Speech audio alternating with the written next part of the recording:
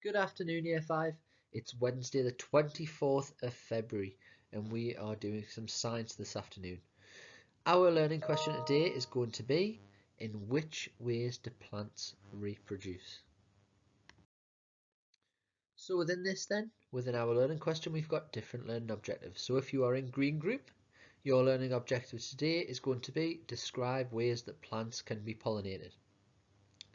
Red group, you're going to be identifying the features of pollinating plants, and if you're in purple group, you're going to assess how a plant's features are adapted to pollination. So let's look at reproduction then. So all living things need to make more of themselves so that their species does not die out. Reproduction is the process by which new living things are made. This is really important for the rest of the lesson. There are two types of reproduction, sexual and asexual, and this is also going to make a part of some of our questions, so it's really important that we get to grips with this. So, sexual reproduction requires two parents to make one offspring, and asexual reproduction needs only one parent, which creates offspring that are exact copies of the parent. So, sexual reproduction means that offspring is created, and it's made up of its two parents, but it's not exactly the same. Whereas asexual, that means that it's just made by one parent and it's a direct copy. Okay, it's exactly the same. So in this lesson then, you're going to learn more about sexual reproduction in plants, and we're also going to carry out a little bit of our own research on this later on as well. So living things that use sexual reproduction have sex cells called gametes. These are split into male gametes and female gametes. In some living things, the male and female are separate, but in other living things, one organism contains both male and female gametes. In plants, the male gametes are contained in the pollen and the female gametes are called ovules. Sexual reproduction happens when a male gamete and a female gamete join. This is called fertilization. Sexual reproduction produces offspring that are similar to both parents, but not identical to either. So here then we have different parts of a plant, okay? If you'd like to test yourself, you can pause the video here and you can have a quick look at all of the different parts that make up a plant, and then you can actually see if you could remember these yourself. Test yourself, a little bit of a memory game like we did on our catch-up meeting the other week. You could have a look, you could even draw it and then try and label it and then look and see if you can remember some of these. It would be really helpful. So from what we've learned then, we're going to have a go of this little game.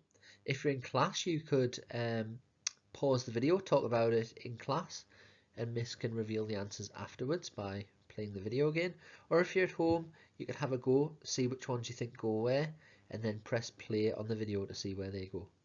So the first one then, some of these statements describe sexual reproduction and some of them describe asexual reproduction.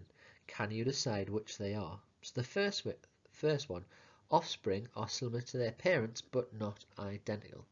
Which one do you think this goes in?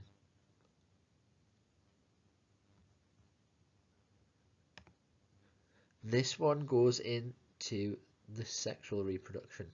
Next one, requires just one parent.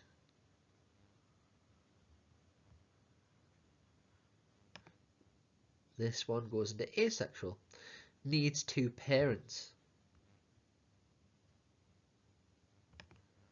Goes into sexual. And produces identical offspring. Which one could this be? This one is also asexual. And you can do a little bit more research if you're still not sure about this after we move on to the later part of the video. So for this part of the lesson, I'm going to leave this link on Teams and I will put it in the description of the video as well. This is a chance for you to look at pollination. What I would like you to do is make some key notes, and you're going to use these notes after watching the video to answer your learning objective. Here is the next part of the lesson. At this point, I'd like you to stop the lesson and follow the link that's on the screen now. I will post it in the description on this video and also attach it to the Teams document.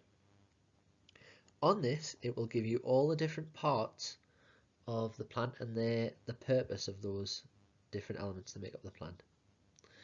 You can use this to answer your learning objective, which we're going to go through on the next part of the video. So our learning objectives for today. Now that we have a little bit of background knowledge, as it's the first lesson of the unit, you can try to answer these questions. Use the video to help understand pollination and use your own research from the link that I have attached to answer some of the other parts of the question. So green group, you're going to describe ways that plants can be pollinated. Red group, you're going to identify the features of pollinating plants. And purple group, you're going to assess how plants' features are adapted to pollination. Now, I'm going to leave this on a blank Word document. You can use whichever method of presentation you would like. Could you do it as a non-chronological report? You could do it as a diagram labelled with captions of information. You can lay it out whichever way you would like. If you're in class, Miss Richardson and Miss Slater can give you some ideas of how you might want to do it together. If you're at home, be really creative with this. I'd like you to present your ideas in different ways. Okay. Good luck, Year 5. See you next time.